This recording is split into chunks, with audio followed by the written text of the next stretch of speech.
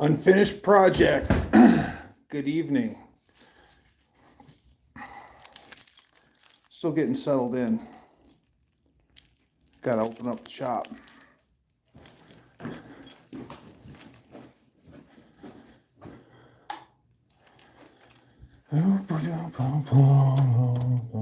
So how has your day been so far, Mr. Unfinished Project Dart Sport?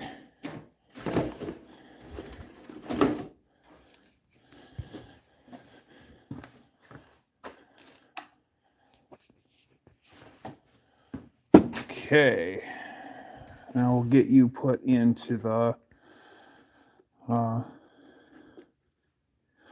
nice. It's a good hat.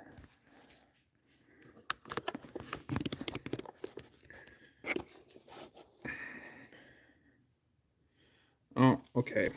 Lights are glaring. That means I gotta wipe her down. All right, you're gonna get a wipe down.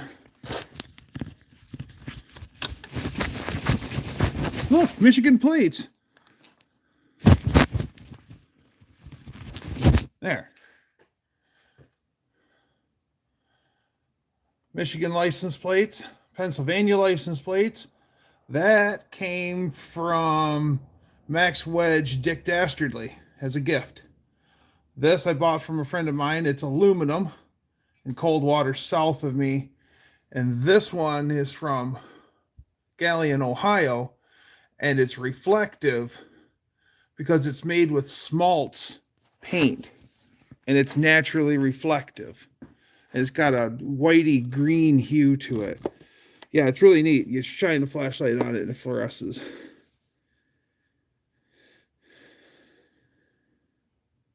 Yeah. That sucks. Yeah, garage Jenga.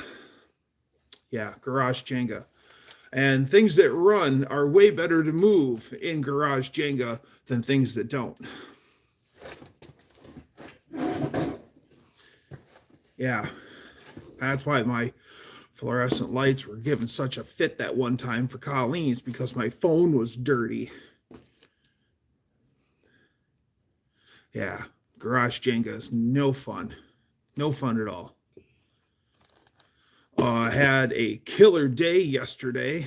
Went down to Cope's shop and then jumped in his pickup, then drove 2 hours to visit Two Hacks at his place. And wow, it was really cool.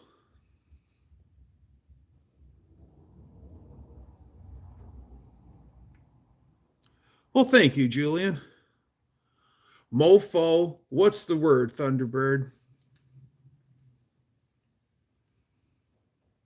Road trip, yeah. Hey, my little 07 Toyota Camry did the whole turn in 9 gallons, 300 and something miles. And yeah, did it in 9 gallons.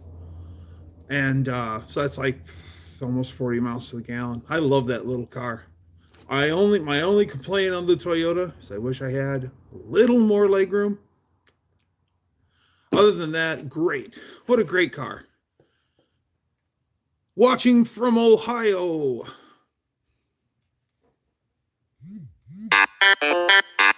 you gotta turn that off, otherwise you'll be hearing that all day.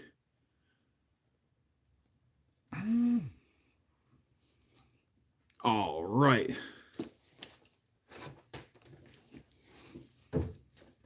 Yeah, road trip. It was actually pretty fun. Just chatting with and the funny thing is leaving Cope's area where it's really flat and a lot of cornfields and not a lot of trees and just open rolling country. We went 2 hours from where Cope was in Illinois, and the scenery never really changed. 33 point. It was a little over. I forget it was 163. I forget the mileage between me and Cope's place, but yeah, it was yeah. well, yeah, 33 miles to the gallon. I thought better, but that could very well have done that. It's a 5-speed automatic. That's really neat.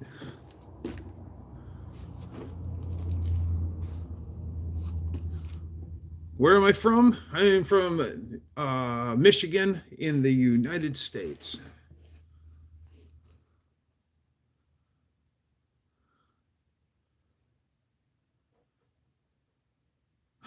Jack Black's Sax of Boom.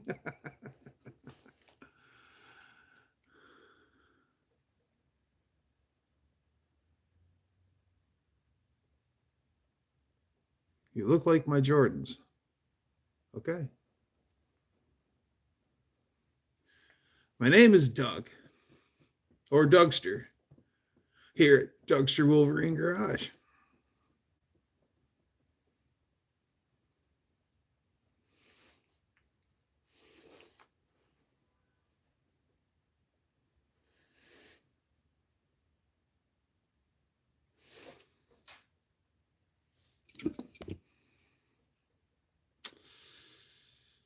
Mopars are better than Fords. Although I run with a whole bunch of Ford guys, and seeing the Ford guys' perspective on stuff is different. And Fords aren't as bad as they used to be. I'm still not going to buy me one, but yeah, Mopars are way better than Fords.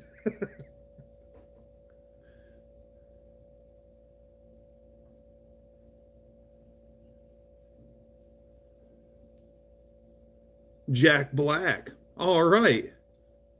I've been compared to, who else was it? Oh, I was compared to John Candy. Um, and who else famous? So thank you.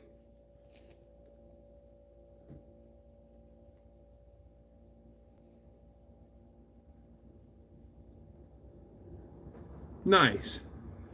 Hey, never. That white S10's a monster, man. I knew she was nasty, but yeah, when I seen that one spot where you stood on it and wheelied it, I was like, oh wow, that thing's got a pair. I mean, I knew it had a pair, but it's got a bigger pair than I thought I had.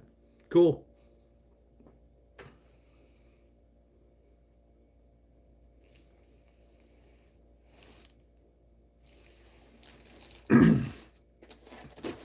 Yeah, Mofo, so cool to hear Frankenstein light off. She sounds great. Can't wait for you to be tooling around in it, man.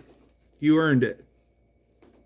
I mean, crap, you put an axle in that thing and worked on the transmission a couple times, and yeah, yeah, this is gonna be a real treat to take Frankenstein out and go, just cruise. You don't even have to make it go fast. I'd be thrilled with just bopping it along. It's doing the thing. Lars, what's going on? Thanks, UP. I appreciate that. Lars, how the hell are you? Good to see you.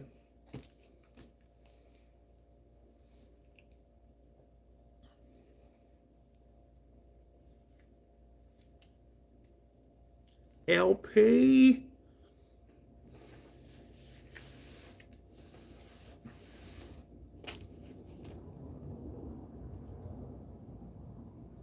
Do a burnout. Yeah. Eventually, it would suck so bad if you try right off the rip. He tries to do a burnout and knocks her one, and it'll be another however long before it gets up and going again. Just kidding. I hope that wouldn't happen. Excellent.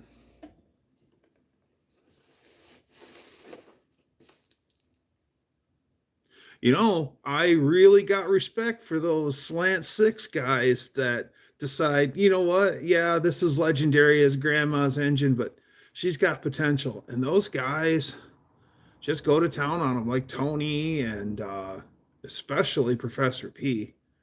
He can really make it rip. So I'm interested to see what is in store for Plan Z now that he's got the actual Plan Z chassis. Because my God, Tony I never seen a car put on a diet like that. I've seen cars on a diet, but Tony took it to the next level. That was cool.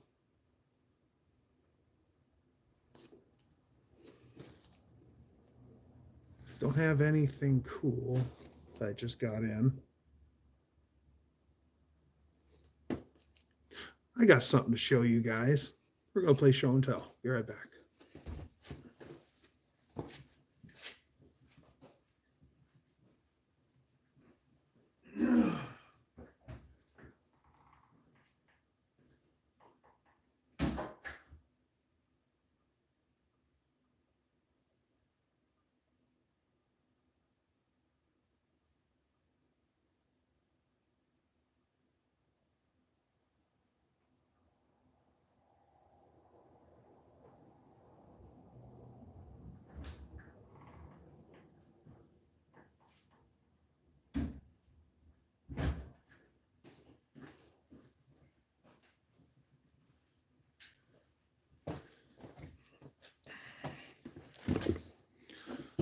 I'm back.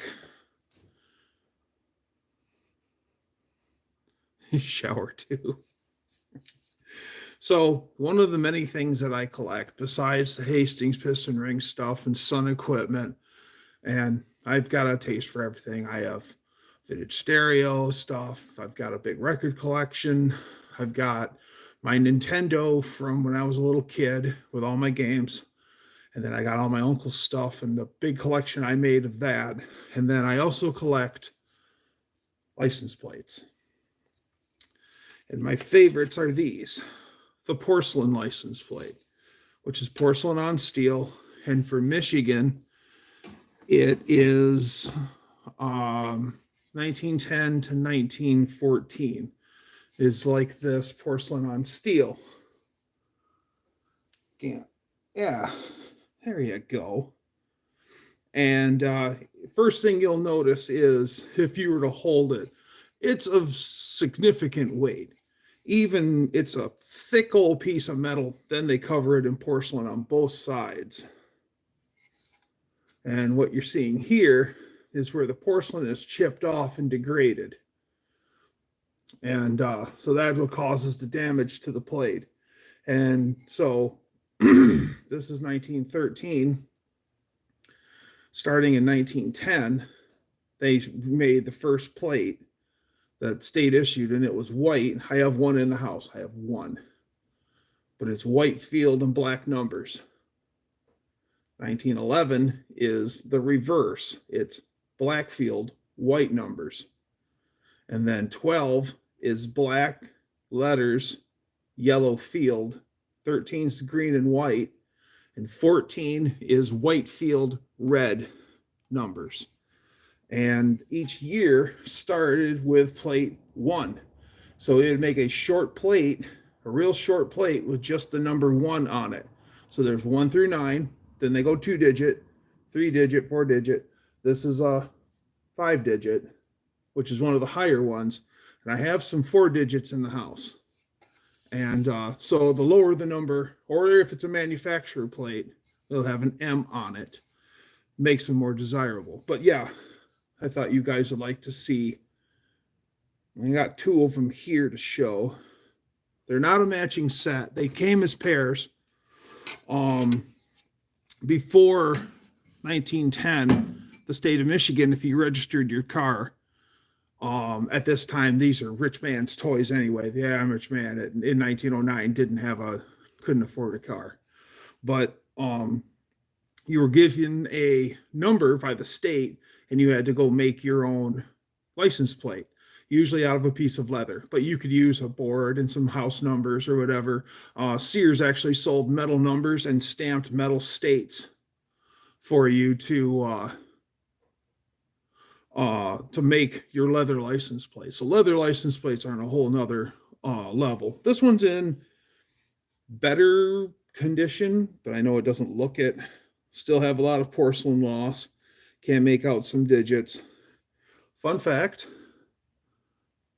that's our state seal with the deer and the shield and everything. And it's funny that they were putting this on our license plates, it wasn't adopted as the official state seal. And then, but the tradition carried on because the next series of license plates from 1915 to 1920, it's a stamped plate, but they have from 15 to 19, they have a pewter seal riveted to the plate. And so it's a little coin of the state seal that isn't yet our state seal. Weird. So thought maybe you'd like to see that. Francie. Yeah, I had I used to work a terrible job where like 84 hours a week was normal, and I just bought stuff that made me happy because I wasn't. I was also looking for gas pump stuff and never quite got that, so never got my gas pump. But I want a specific one.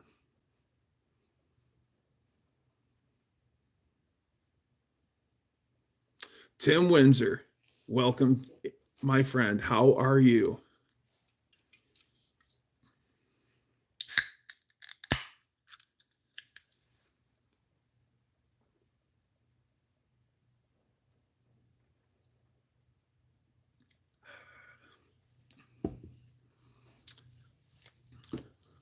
Thank you.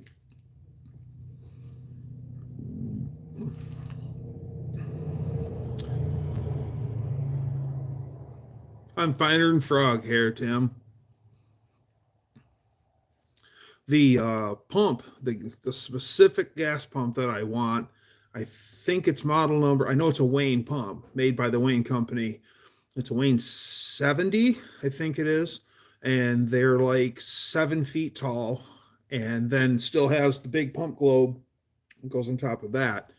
And they call them the lighthouse because each there's 4 panels on all 4 sides that'll show your brand or your fuel level, or premium, regular, ethyl. And yeah, I want one of those. Then I want to paint it in Shell Super color, so bright yellow and the red. Shell, just old Shell looks good. Thanks, Coperino. Okay, I seen something that UP asked about plates, so I'm gonna go back.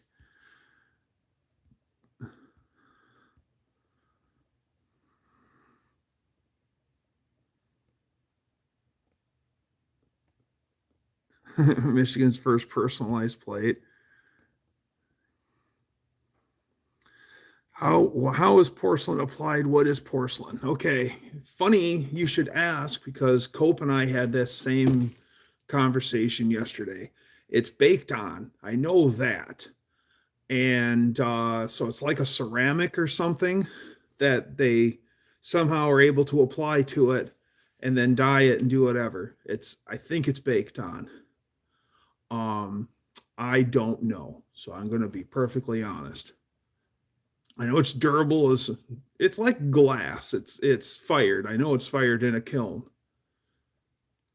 but I really don't know. I wish I'd like to know. So if you know, let me know, because I'm interested. Yeah, the old clawfoot bathtubs, those are porcelain on steel also, and they're usually just heavy. And of course, it's the bathtub of Joan's dreams, and she wants to have it on the 4th floor of her house in her bedroom. Yeah. Well, you can just carry it up there, guys. Yeah.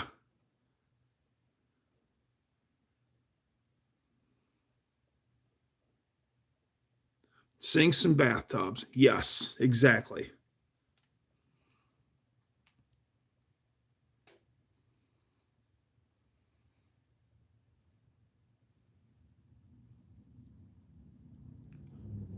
Awesome. Southern Batman. You know what? You deserve a firm handshake, my friend. Nice. And it's something so it's a type of clay baked. Okay. So I was right. It is baked. It is kilned. All right, cool. I know the old gas station signs are porcelain on steel, and those things are cool, man. Heavy. Cool. Oh, the Travis B. Him and his dad are big into gas station stuff. They got the pumps and the signs, and they get those big 6-footer porcelain on steel circles. So literally as tall as a man, and just those things are so cool. And he actually gets like the period correct sign holders from the day or has them recreated. But you know, it stands like it should, displays like it should. It's like that's pretty damn cool.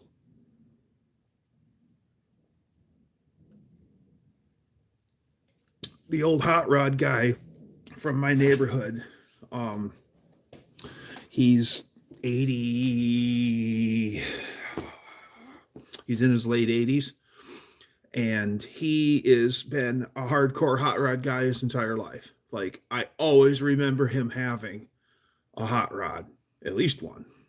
And he's driven hot rods to St. Cloud, Minnesota for big rod meets, and he drove to rod meets down in the Florida Panhandle, and yeah, he drove his stuff all over the nation.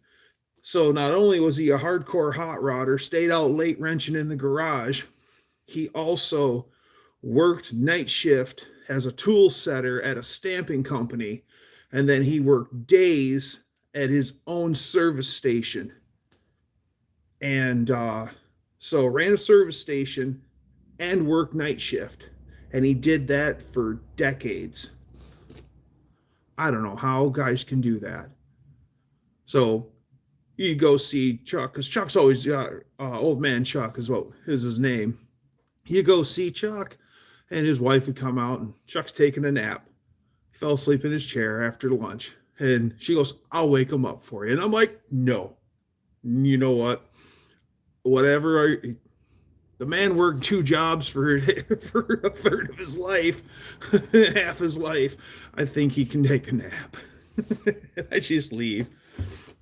He's just an amazing guy. I've got Pontiac 8-lug stuff that I bought from him. It was just the cool before the city got on his ass. He had his own junkyard, and how cool that was to walk down the old path, and there's 3 school buses on the left full of parts, a lot of it being street rod parts. So, you know, stuff for 30s cars and old Chryslers. And in the boneyard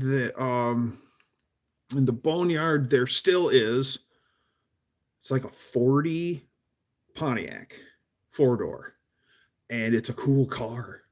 And it's all, I can't tell what color it is. It's all rust. And she's gone from the door handles down. Gone. And it's so sad because it's such a cool car. And especially when Chuck will tell you, I drove that car to its parking spot. I parked it there. Yeah.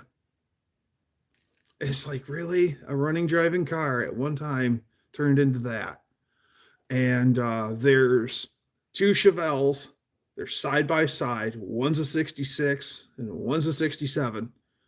And one's a 65 and one's a 66. One's a hardtop and one's a convertible. And I think the only thing that's salvageable off of them are their VIN tags. I think that's the only thing that isn't rusty on the car.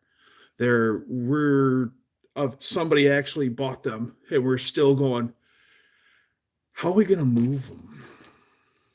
Because I'm afraid they'll just fall apart once we touch them. They're that bad, but they're still Chevelles. Mr. Burns, welcome to my live stream. Danster, a proper hello to you. Connor, how the hell are you?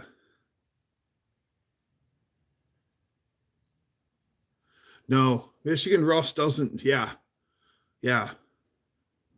Well, it doesn't help that this area is a lowland and it's always moist.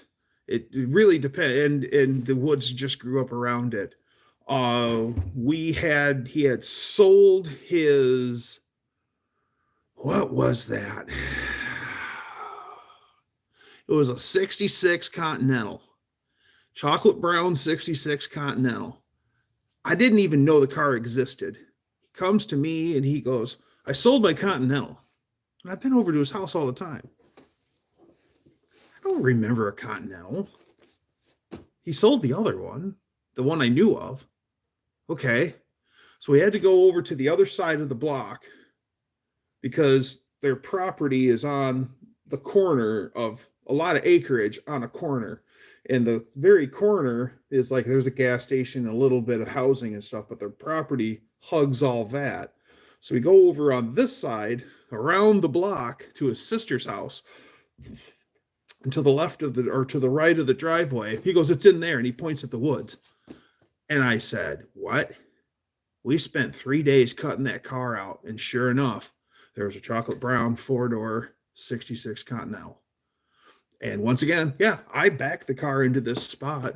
And yeah, it's just as he left it. And it was a rusty, locked up mess, but it's still a 66. And he sold 2 Edsels out of there. I remember both of them being white.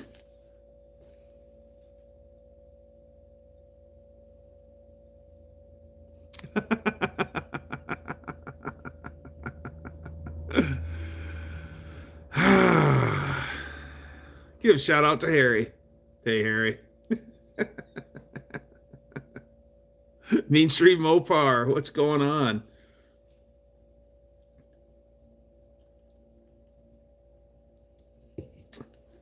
He's got like it's a square bodied Chevy Wrecker. So it's a 73 or a 74. And it's red and white, 24-hour service. It's got just that right level of patina. And I ever remember, he used it all the time, but I never remember it having brakes. But that thing would move cars all around the property. And yeah, that thing is still amazing. It's sitting out by the front of the house. And if I had more property than half an acre, maybe I would get myself that old tow truck. But what am I going to do with it? And here's what sucks about the state of Michigan is wreckers are wreckers. It doesn't matter how old the wrecker is. It's a wrecker. Therefore, it has to have wrecker plates, wrecker insurance, like you're going to do business with the wrecker. So if I had a 1930 wrecker, to properly license it and go about its proper things, it is a wrecker. It has to be a commercial vehicle. Why? It'll never tow a car. No, it's a wrecker. So yeah, you don't see guys running old wreckers unless they're trying to actually, put farm plates on it. I wonder. Then you got to prove that you're a farm. Yeah, my half-acre farm. Yeah, I need a wrecker for my half-acre farm.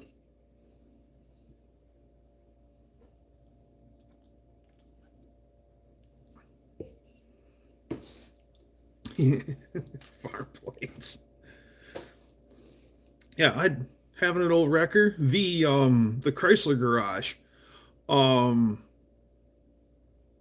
my hometown, they still have their Chrysler, tower package truck, and it's like an 84.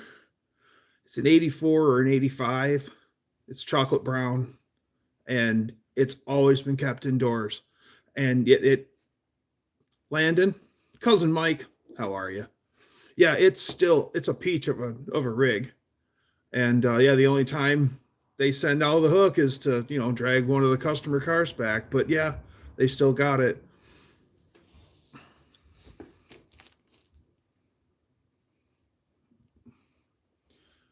The farm plates be associated with a farm. Live in the town and my truck and farm plates for years because of the farm use at my grandmother's.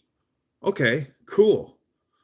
So you do farm. Okay, why wouldn't you do farm work? Just as long as you're affiliated with the farm. But then again, that's also Nebraska. Yeah, Nebraska, I think.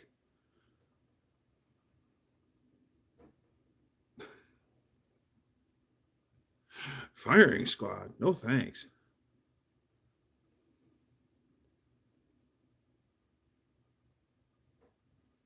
It is good to see Cousin Mike. Cousin Magic Mike.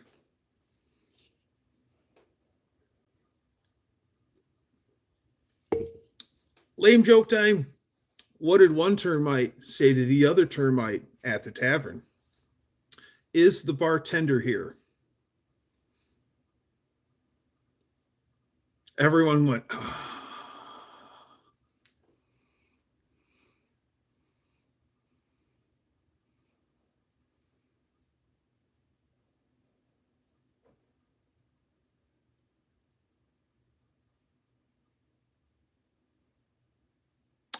wow. Wow.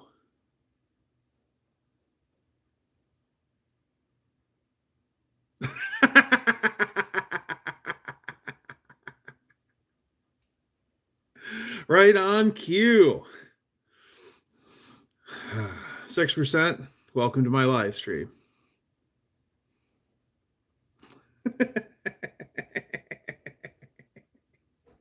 I got to get one in. And you know what? That's the first time I've told a lame joke on my live stream. A real knee slapper. Oh, yeah. Hardy har har.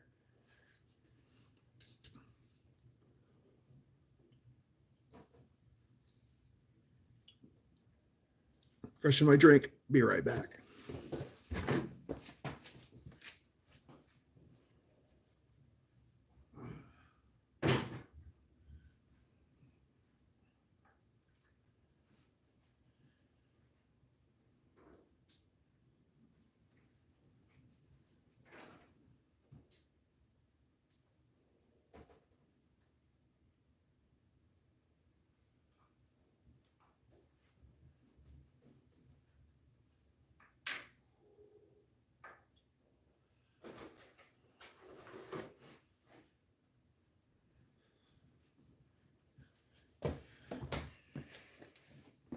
Oh.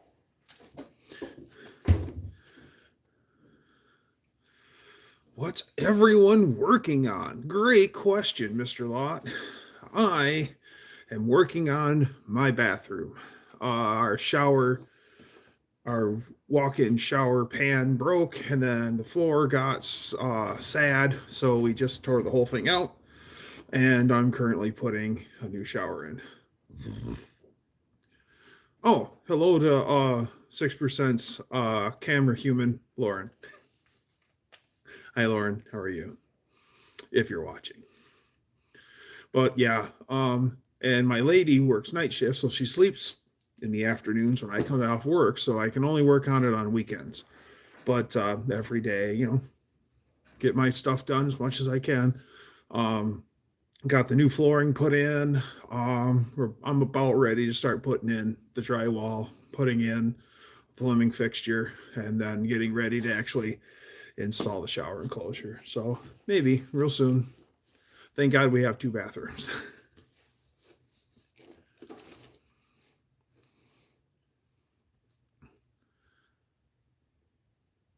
I'm the diplomat. At least that's pretty straightforward. Yeah. I didn't like them when I was a kid, but now I've got an appreciation for them. I remember when those in St. Regis were state police cars. And I remember when our state police got an LX Mustang. And what a little animal that was. That was the hands down fastest cop car I ever remember as a kid. And the guy that drove it looked like Tom Selleck. I'm dead serious. And he drove it hard. The Michigan State Police 5-liter LX cop car came the car wasn't tall enough from the um, floor pan to the roof line, so the scatter piece uh they had to mount it in the door. So if you look at an LX cop car, look at the driver's door, there's a neoprene dowel on a bracket, and then there's a holder on the back, and you'd take the lead propulsion device and you'd stick the barrel of it on the nipple and pull the thing out. So right there inside your driver's door, down by your thigh, would be your lead propulsion device.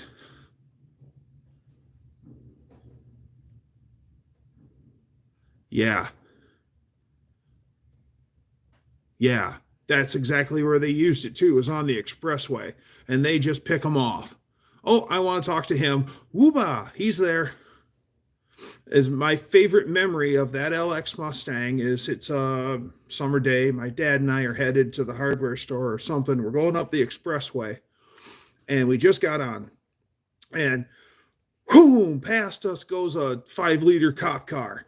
All of a sudden, he switches on his lights, and he's in the left lane. He swings it into the right lane, and he slides the thing through the emergency turnaround across the median onto the other side.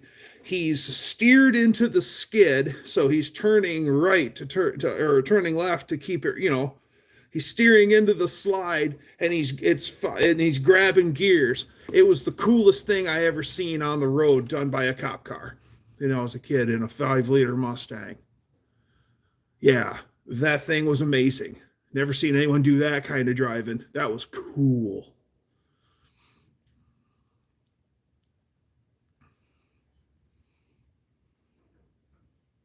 Oh yeah. Yeah, a nice big car like that. Yeah. And here's the funny thing is, and Dutch Guy's Garage proved this, the the diplomats, the New Yorkers and all that, they're just F bodies. They took the F body design and just kind of retooled around it, because he took his 70 something Roadrunner and he bought a diplomat, or no, it was a Fifth. He bought a Fifth Avenue, and that's the one Connor seen. I did a video. We cut the roof off of it. Well, anyways, he cut it down to the essential pieces, which was the floor pan and the whole front clip, and he grafted it onto his Roadrunner. Went right in. It's amazing.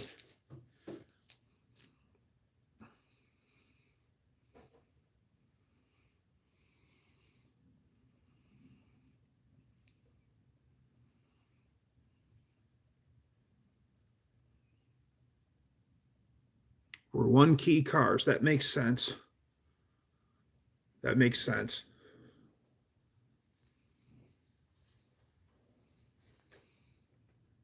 I don't remember Sinatra advertising the Fifth Avenue, but I could see it. Fifth was a nice car. The joke is, and it almost makes you wonder if they really did it, like Frank, Dino, and Peter. Can't forget. I can't remember his last name. The Rat Pack guys, Sammy, Dino. Those guys would buy Cadillacs, and the joke was they drive them until the ashtrays got full, and then they buy another one. And it almost makes you wonder if that was true.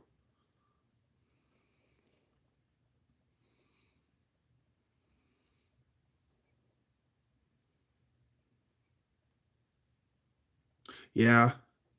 Diplomats are actually quite a great riding car. But you can really tell, same car, but what a difference between a Diplomat and then going up the food chain and then getting in a Fifth, driving a Fifth. It's like a couch. They're nice. My friend's Fifth was like Spinnaker white with a red button interior, and one barrel 318, whisper quiet when it idled. Had no performance, but he's an old man, so it's not like he's going to, break speed records anyway. Tom, what's going on? Welcome to my live stream.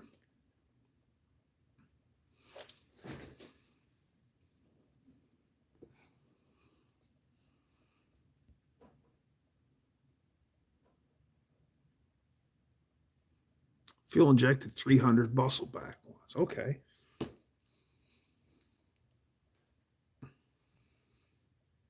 Chrysler had a electronic fuel injected car that was an absolute failure. I don't know if it was mechanical. It might have been mechanical, but it was in the 50s. And it was such a failure that when the cars fell down, you just converted them to carburetors and then sent them on their way. Quite literally, if you died on the side of the road and you called them, they said they'd be there, and they'd send a mechanic with an intake and tools, and he would get you going on the side of the road, swap you over to carburetor right there on the side of the road. Yep, recalled and replaced with carbs.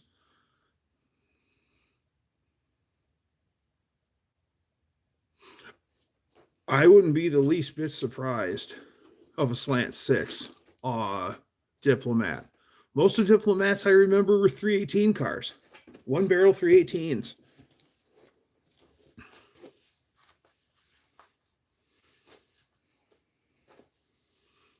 Always preferred the full size cars over like a Plymouth Horizon or a Dodge Omni. My aunt and uncle had a Dodge Omni. They bought it brand new. It was black and white. It was an 80 Omni. Yeah, it was an 80 Omni. And my uncle took great care of it. And that's what my cousin, not only did she take it drove it all through high school. That was her car. She took it to college when she went to a major university.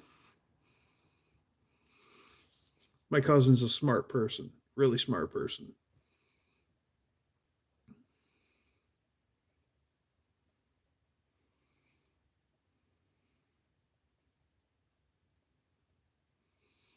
I don't think they were making 300s in the 80s anymore.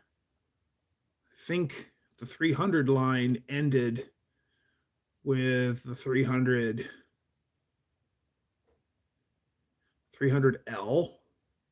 Yes, ended with 300L because when they brought the 300 name back in the late 90s, it was a 300M.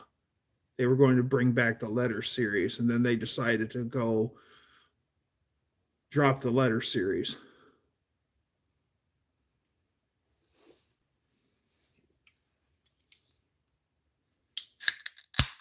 I worked in auto parts, and we were already running the new taillights for the 300Ns. I worked at a place that did Chrysler parts.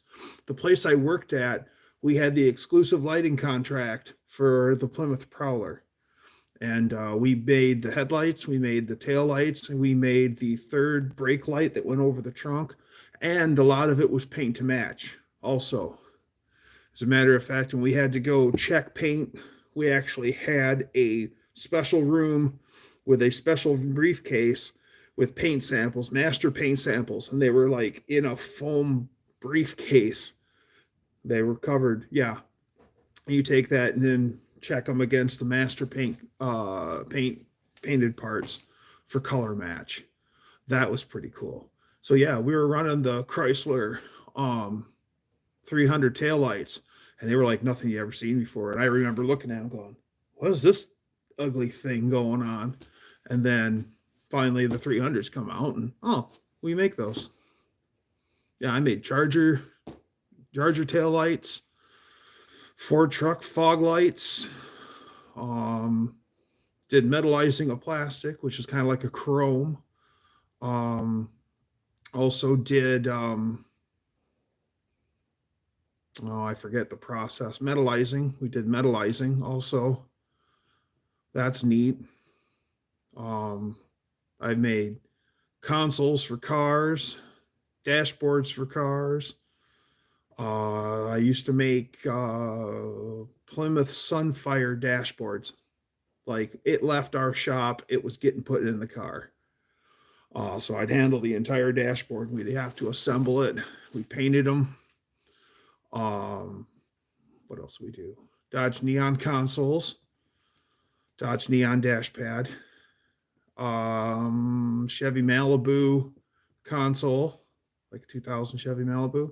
I made the console in first generation and second generation Durangos, overhead console for I think it was a Chrysler minivan. We made the convertible console for the Dodge Caravan, the one that it could be between the front, the actual drivers, the captain's chairs, the driver and the passenger, or you could unlock it and take it back and put it between the next set of captain's chairs and lock it in, and it had a power port on it, so you could have like your APU in there and everything. And we made that. We made shifter plates for the Dodge Intrepids. We painted those. Gear shift levers, and I worked in plastics a really long time.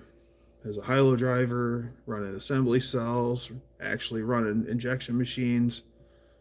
Oh yeah. Volkswagen turn signals, I made those.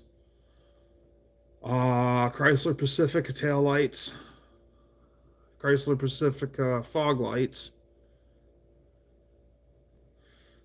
We didn't do a lot of headlight work. We did a lot of fog light work.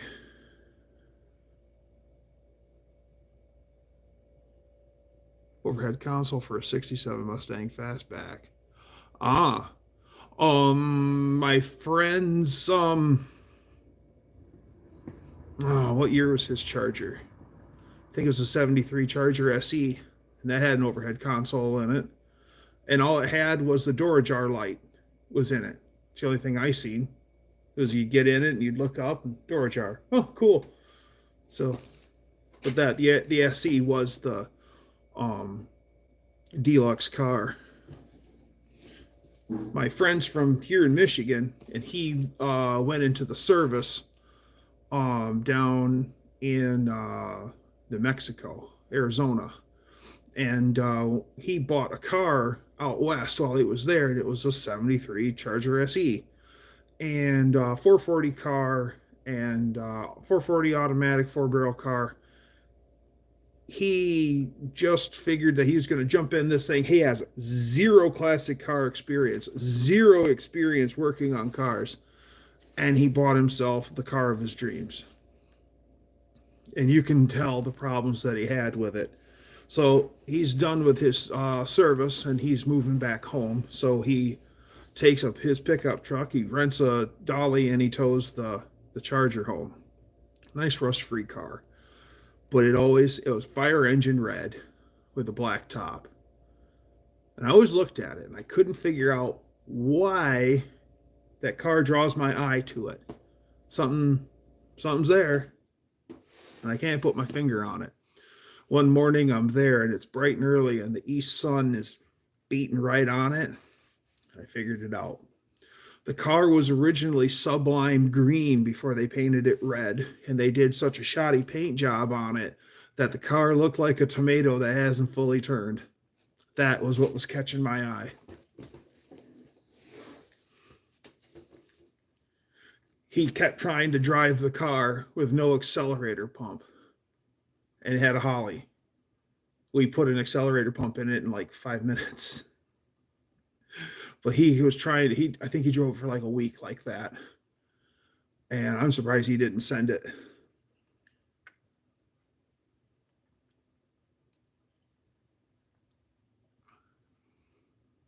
GTA Coupe.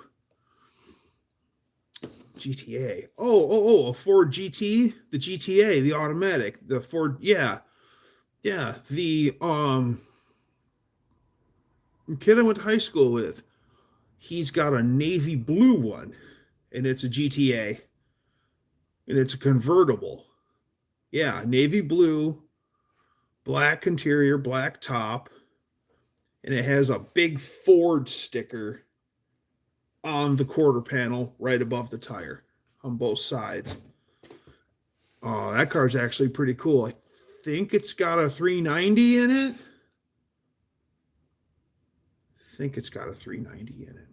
It's a good looking car. I used to drive it in high school.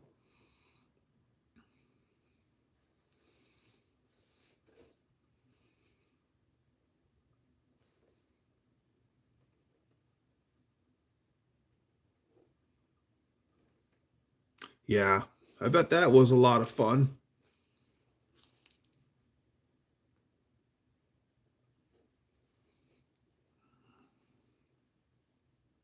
Fied green Mustangs.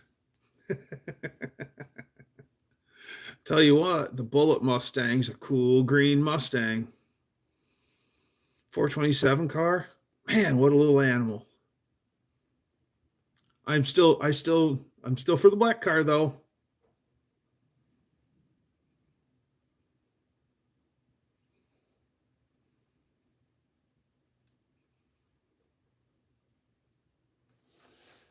Yeah, no accelerator pump is no fun. Years ago, my friend had a 4-door Catalina that was yellow. We called it the banana wagon. And we're all out drinking, running the back roads, and we blow the upper radiator hose off of the car. We're in the middle of nowhere. It's the middle of summer. It's the middle of the night. And so we get out and we look, and okay, we blew the radiator hose off. The radiator hose just got old and it busted right off, right at where the actual tube is on the radiator. And I go, I can fix that. I use my pocket knife. I just cut the rest off, took the old piece off, jammed it on. So we're together, but what are we going to do? And it's dry as hell. There's no water anywhere. We're already drank all the beer, so we can't put beer in it. We took a leak in it. Yeah, don't do that. It stinks. Piss in the rad. We all pissed in the rad. Got us home. Yeah, that was. Yeah. Because guess who got to replace, who volunteered to replace the coolant in it? Yep. Sure does. We went to a party, and there was a abandoned house next door, and everyone went there. And this biker gang shows up, and then they are just a bunch of assholes. They go into the house, and then they build a fire inside the house. It's an abandoned house, but they build a small campfire inside the house, and are sitting in there talking and acting a fool and fighting with each other and stuff. Then one of their brothers knows that they're there, rides up and wants to know where they're at. They're in the house. He runs in there, yells at them, something's going down and they're needed. So they all take a leak on the fire and then leave. Yeah, so that smelled just as good as the radiator in that Pontiac. Good times.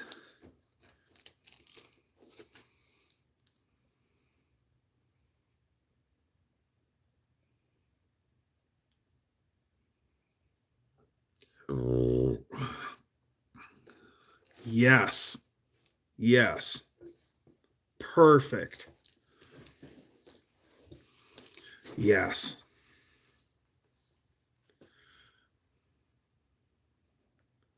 I seriously wonder though, if your car was used as the actual vehicle being pursued, makes you wonder, would you have left old McQueen behind?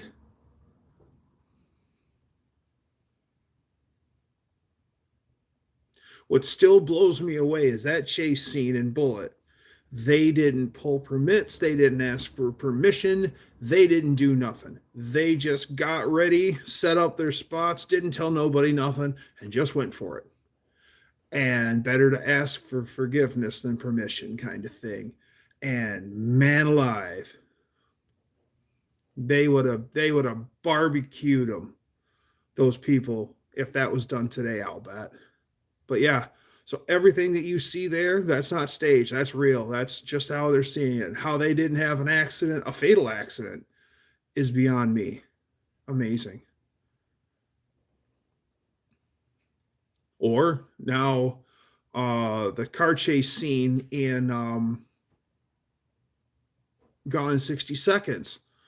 A lot of that's manufactured, but still, that's a lot of hard driving. It's cool.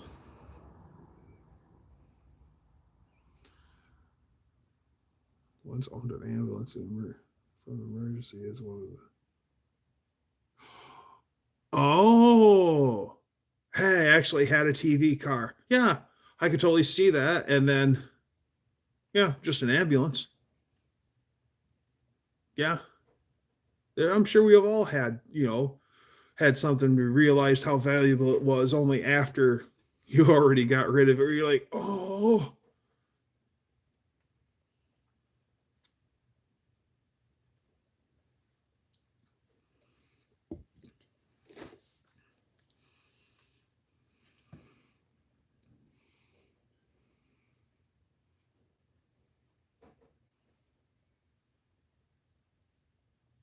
no chance. The Boss 302 won't even get close to the Charger.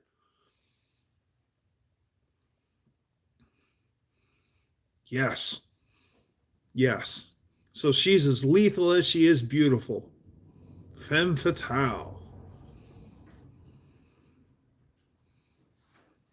Nice. Man, that black paint job is just that alone is impressive. Femme fatale.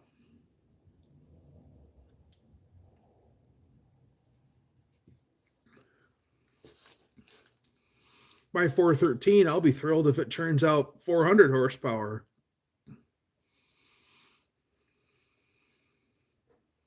Actually, I'm being really conservative. I hope it does better than that. But yeah, if it does 390, 400, yay.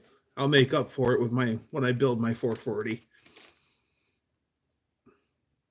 I've decided that the 440 is going to be max wedge port. So that'll be a big upgrade.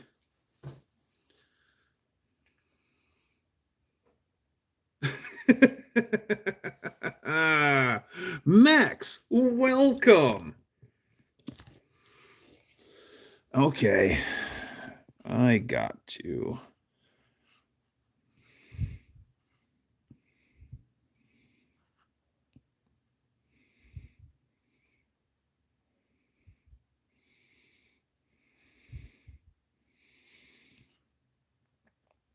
Thought I'd give some accolades while I'm out here. There we go.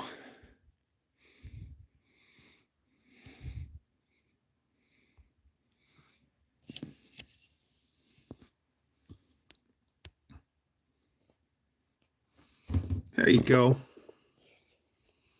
Pretty blue wrenches.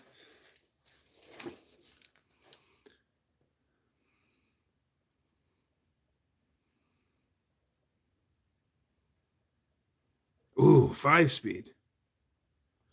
I'm going, Max.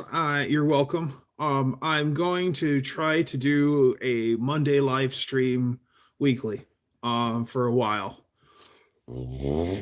Excuse me. 6% is got some outstanding things that loose ends that he needs to tie up, and wasn't confident that he could do a weekly live stream. So I said that I'll fill in for him till he can again. So yeah, come check me out here in the Wolverine garage.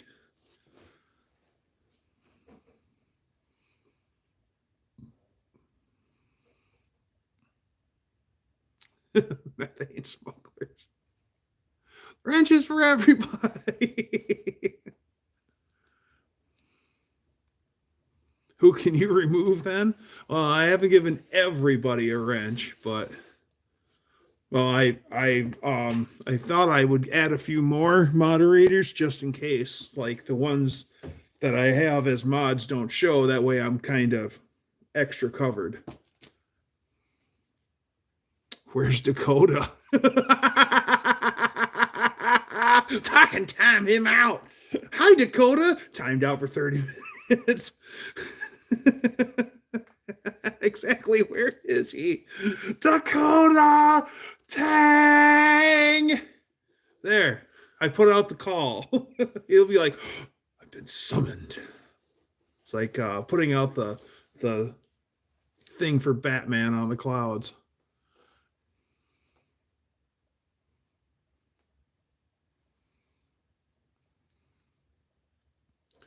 Charger RT taillight housings.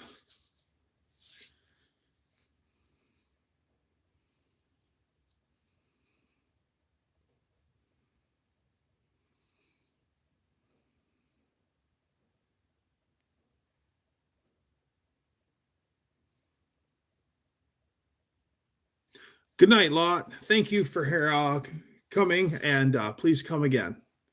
Taking your tools and going home. All right. We'll see you next week, maybe.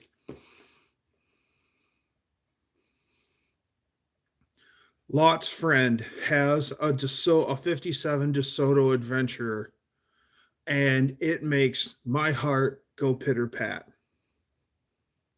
I'm like,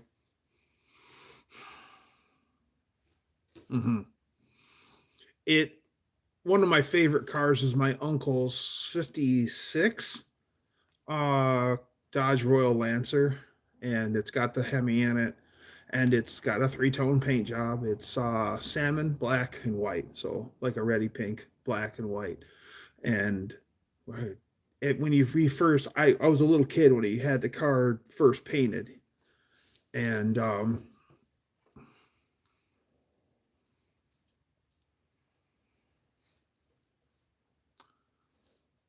the Dodge Diplomats were sold there. Export only. Were they all V8 cars, or were they inline 6 cars, Max?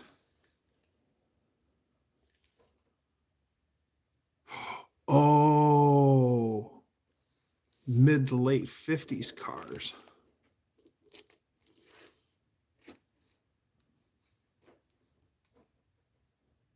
Yeah, I was just about to say that he guessed. I thought you meant like 80s Diplomats.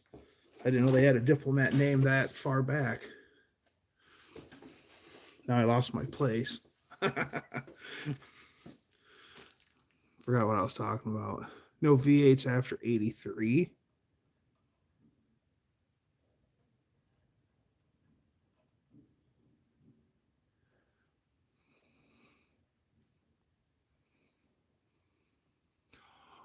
Oh, gotcha. So the Diplomat name was an export name. Oh, okay.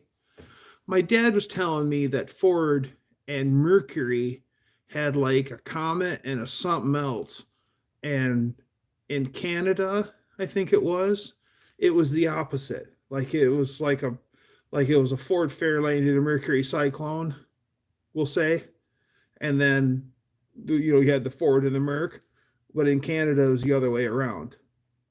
The Ford was the Cyclone, and the, or whatever. I forget what model. I know it had to do with Ford.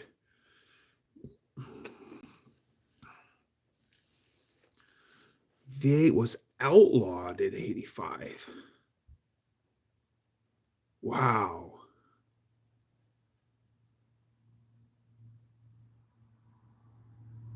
Yeah.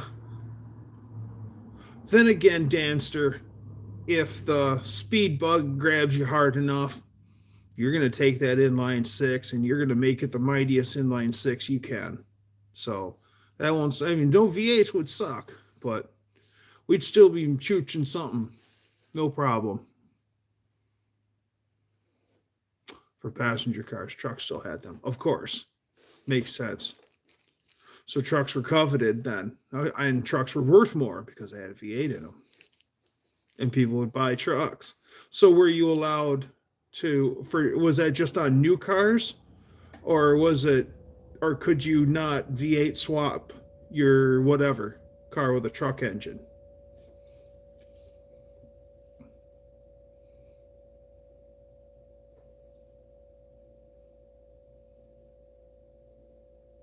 It's only new cars. I figured stop making the Monte Carlo and the Mustang. Oh, because they weren't going to offer them with a, okay.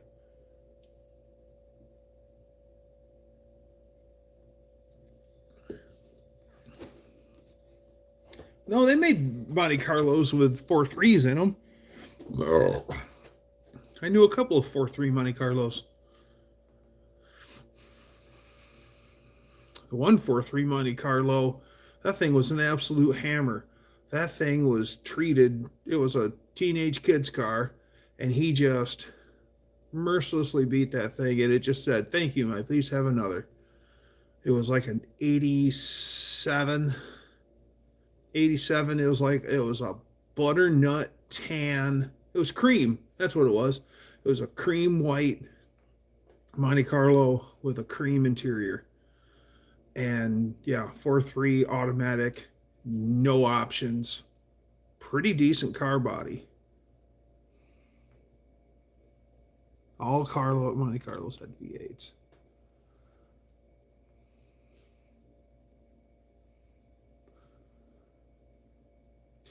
Danster, you're right.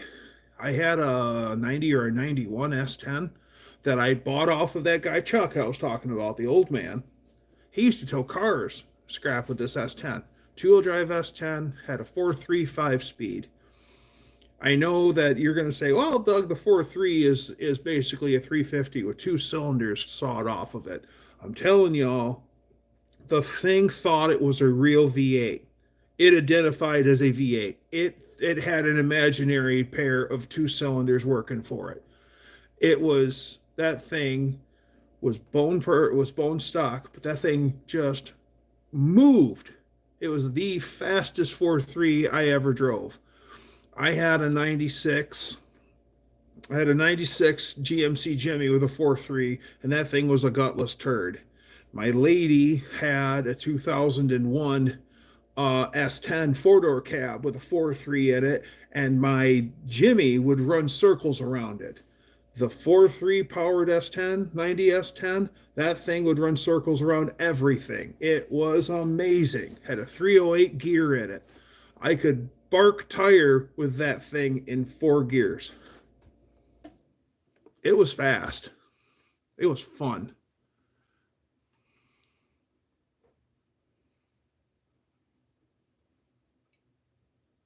Oh, yes.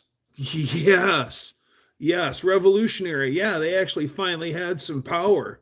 My first S10 it was an S15. It was a GMC S15, like an 84. Carbureted 2.8, four-wheel drive. It was a gypsy package. It was fire engine red, and it had the silver dash gauges and everything, and the good cloth interior. It was a cab and a half. Kind of looked like the trash truck, and it had fender flares on it. And yeah, that thing. It was also had a worn out junkyard engine in it, but yeah, that thing was a turd. But it got me around.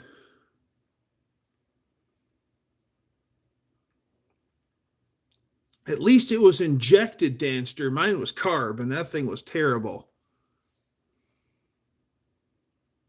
That's what made the difference was the fuel injection.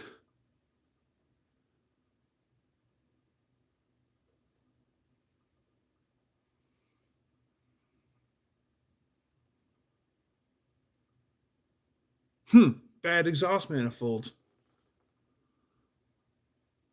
Yeah, the EFI.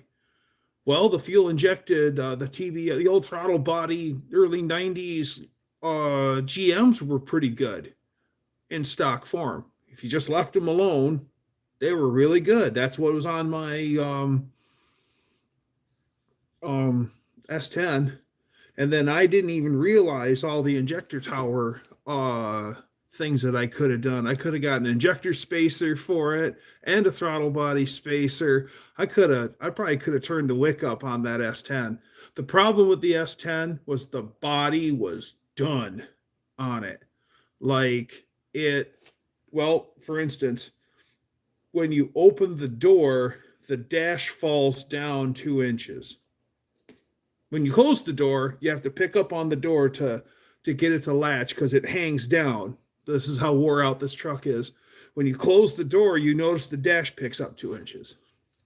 Yeah, it's structural now. And it was every bit of the average Michigan vehicle, rusty but trusty. I mean, the body's done, but you breathe on the key and she runs good.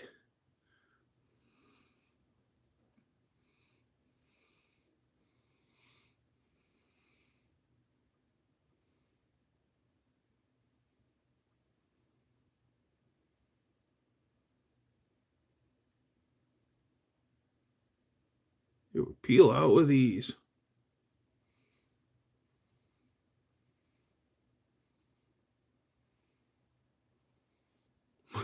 Cover the whole truck with oil. Get the engine air.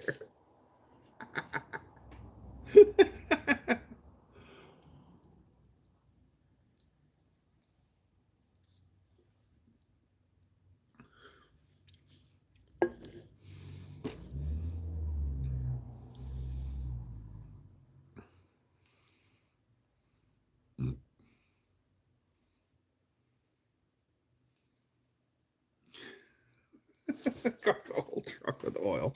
Be right back. Oh.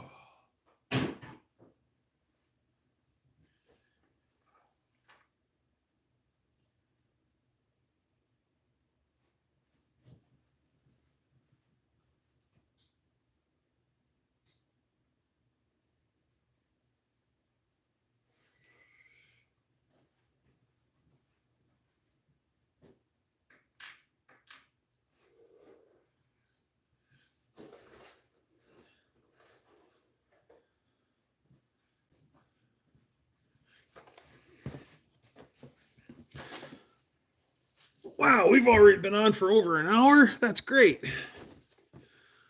And 5 people on, 15 likes. Nice.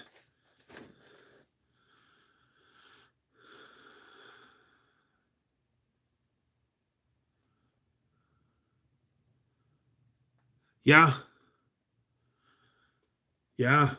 A friend of mine, speaking of a truck painted houses out of, a friend of mine went to the local dealership, got the flyer in the mail, big sale happening at the dealership.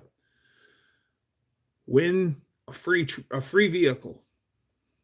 So, all right, he goes and looks at the overpriced crap out of the dealership, fills out his name, throws it in the box, and he's walking around the lot and he's about to leave because he doesn't see any deals at the big sale. And his name is called. He goes and sees, you've won a vehicle. You get a free car. And they take him all the way to the very back of the lot in the corner, and there's 6 cars there. And one of them was a little red Mitsubishi pickup that was used to paint houses, and there was white paint slopped all over the truck. It looked like it was permanently attacked by seagulls, if you know what I mean. And it had a sand dune about that touched the pedals underneath the pedals. He took that. He drove that thing for 10 years. He just gave it maintenance and drove it. It was a little 4-cylinder 5-speed red Mitsubishi pickup that he drove for 10 years and he got for free. So yeah, that's what hit my brain when you said you painted houses with it. Hell yeah. That truck was awesome. He never did anything to it either. Drove it just the way it was, the spotted mess that it was.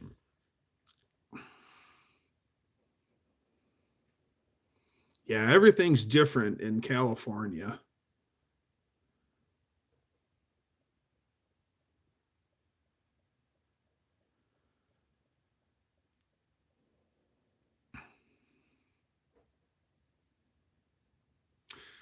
Yeah.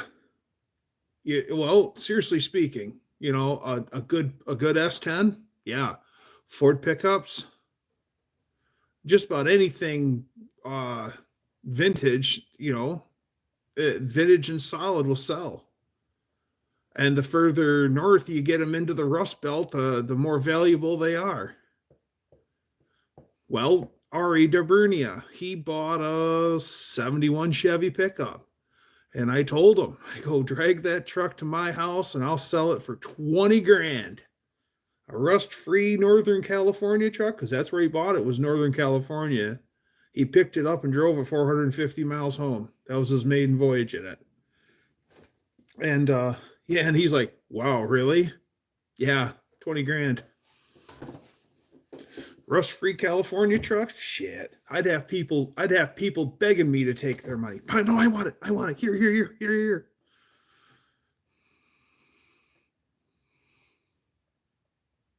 We're valuable and vulnerable.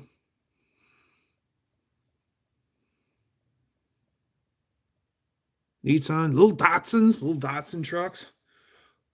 Go find the did you guys ever get the RPUs? The Mazda RPU, the rotary engine pickups? I don't want one, but they're so interesting and weird, they're cool. Long bed Ranger. Those are interesting trucks. Says imported for Dodge on it. Yeah, you're a Mazda or no yeah, that's a Mitso. Is it a Mighty Max?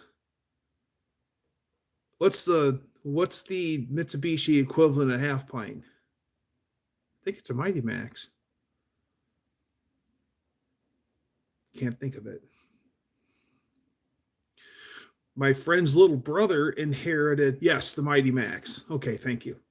Um, my friend's little brother inherited their grandfather's D50, and it was black. And that was Grandpa's pride and joy. His ride always was washed up and put in the garage at night. Always top notch care. And my friend's little brother got it. And I think he just was out beating on it, and he pushed her too hard. He pushed a piston out the side of the block, and he drove it home from where he heard it. Drives, and his brother is older than him.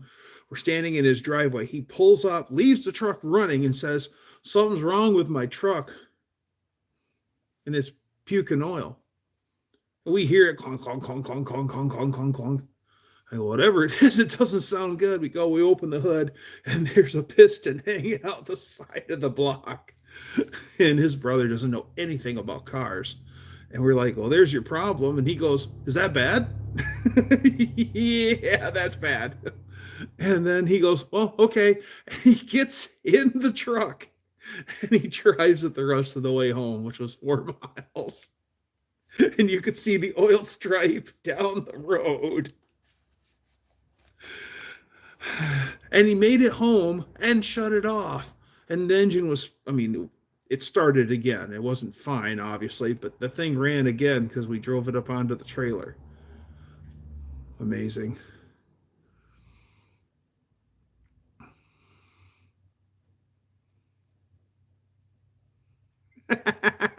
We were in an XJ pickup.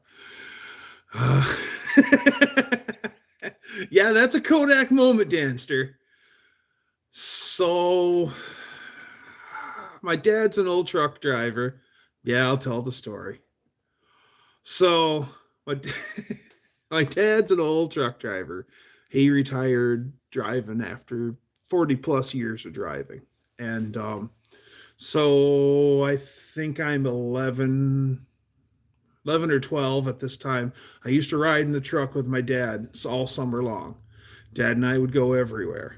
And I forget where we were, but we were on the expressway. And Dad, I'm not paying attention. I'm daydreaming out the window, whatever. Dad's listening to what's happening on the radio, and there's girls in a green Ford LTD flashing truckers.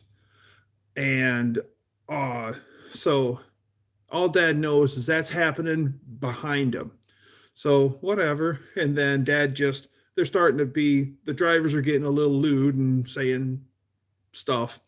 So he turns the radio down. I don't need to hear that. Not that I'm paying attention anyway. So dad looks in his mirror and he sees a green Ford LTD with a whole bunch of semi trucks hot on its tail. And dad goes, "Oh, that's it."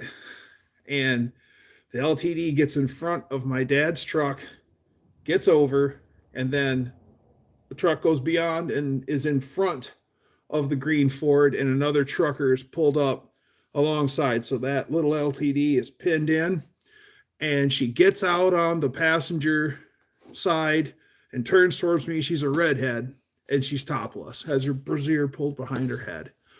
And I'm 11 or 12 years old. I actually bend down to tie my shoe, like I'm tying my shoe. And my dad goes, "Son, what are you doing?" And I said, "Well, Dad." And he goes, "I couldn't do anything to stop this. So I guess enjoy the show, son." Dad said I didn't say anything for after that happened, I didn't say anything for like an hour. And then finally I said, "Those were pretty nice, weren't they, Dad?" "Yes, son, they were." So, yeah. With my dad, I see my first set of boobs. Sorry, Colleen. I know you didn't want to hear that. True story.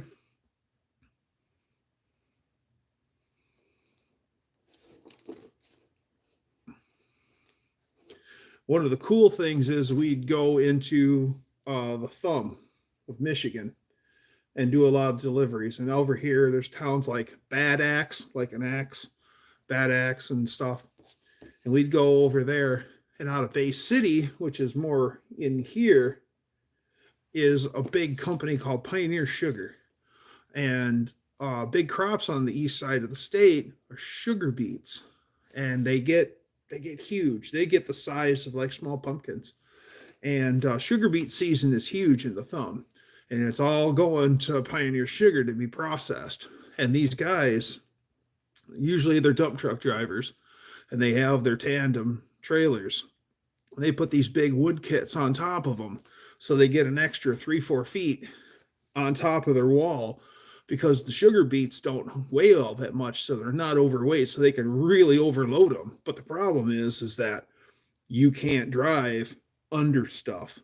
So you have to take the over route everywhere. You have to go over the expressway, take the back roads and stuff. So they make them just high enough so where you're not knocking down power lines and stuff, but higher than what they would usually carry. And then, yeah, you'd go down there in the thumb area, and then you'd see the piles of sugar beets taken out, because they would just stack them up into huge piles. And there'd be these huge mountains of sugar beets waiting to be loaded up and taken to Pioneer Sugar. Amazing. Really neat to see. Money to be made. Those guys would just be running the hell out of those sugar beets. Now, down about an hour south of me, it's potatoes. And in the fall, when they're hauling in the potatoes, it's chaos for months. That's what a friend of mine does, is he works in the spring getting the potatoes in, and then basically you take the entire summer off, and then until it's harvest time, and then it's balls to the wall until the potatoes are into the plant. What was the one name of the place? Black Gold was the name of the potato outfit that my friend worked for.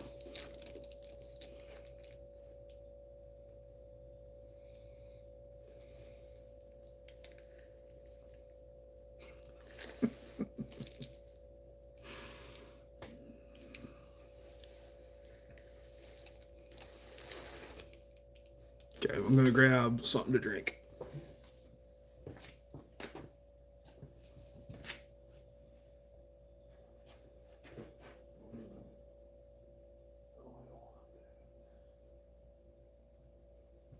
me something to drink. It's 9 o'clock. Oh.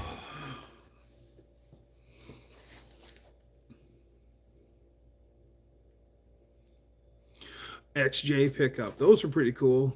I really like the old J series, J10, J20, J30s. My friend's J20, is it J? Yeah, J20 has Dana 60s front and rear in it, which is a huge, very capable axle on such a small truck. Those were little brutes.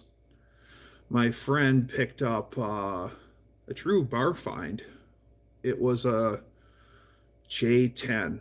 It was a chocolate brown metallic J10. Had a tan interior. It had no options. It had a radio delete plate on it. It had 30,000 miles on it, and it had an AMC 360 in it and an automatic. And they bought it brand new. The family that owned it owned an orchard, and the only time the truck was used was to take in apples. So that was the only time in all those years that the truck was used, was just to do, little bits. It literally sat till when the apple harvest season was done, the truck was parked inside again. And yeah, that truck was amazing. Had a bunch of issues, just it getting put back into service again, because it was never ever driven, hardly ever.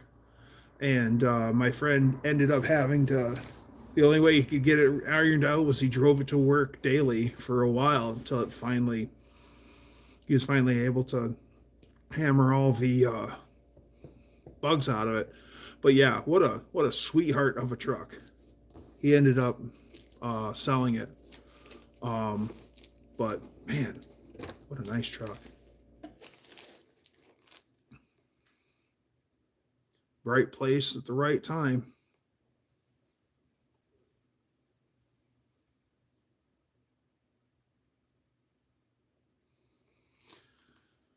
Ram 50 Mighty Max. Yep. The cute little trucks, the Ram 50s, the Mighty Max. My dad had a mini truck when I was a kid. He had a 78 or 79 Toyota pickup, 4-wheel drive, 5-speed. It was white with a blue interior. And Dad had a little aluminum topper on the back of it. We used to go on vacation in that truck, whole family. My mom would take the couch cushions off of the couch and put them in the back of the truck, and me and my 2 sisters, we'd just hang out in the back of the truck, and we went on vacation in that. We'd go all over the place in that. It was either that or we took the we had an 80 Mercury station wagon. Actually, we had a 76 Torino first. Then Dad bought a 80 Mercury wagon with a bad engine. And we took Dad and Uncle Jimmy took the driveline out of the rusted out Torino and put it in the Merc wagon. And then we had a burgundy and wood grain Mercury wagon.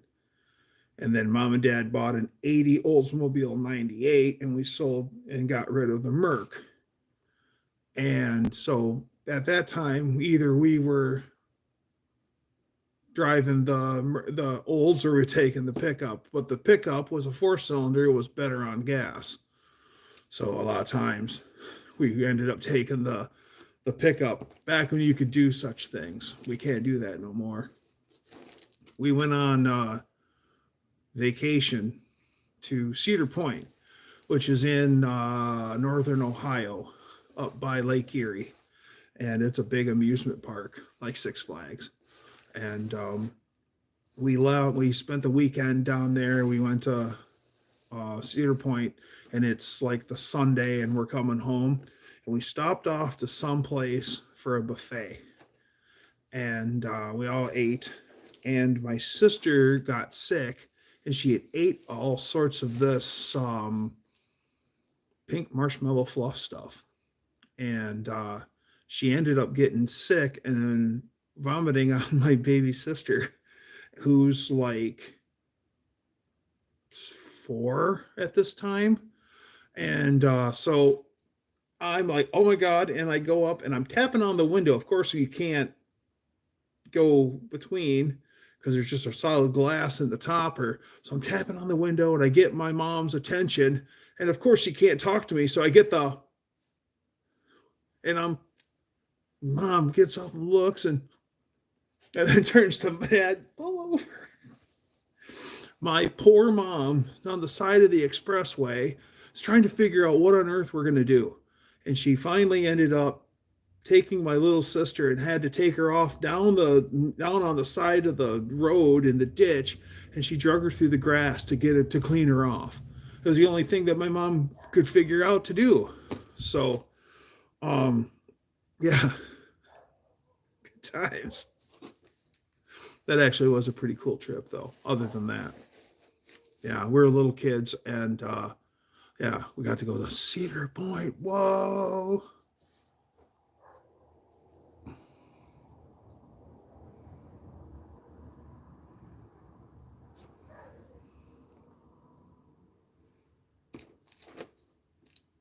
My dog's howling. Be right back.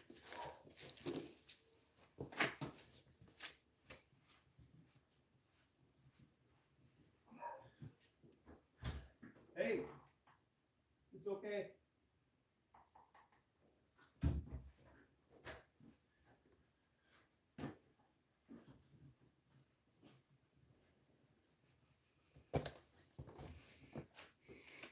Sorry about that.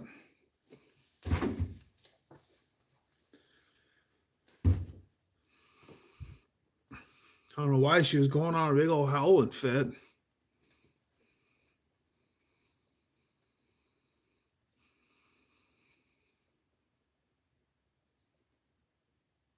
Well, I think I'm going to hang it up for the night. So, thank you everyone for coming in and checking out my live stream. Probably doing it again next week. So check me out then. So till then, bye everybody.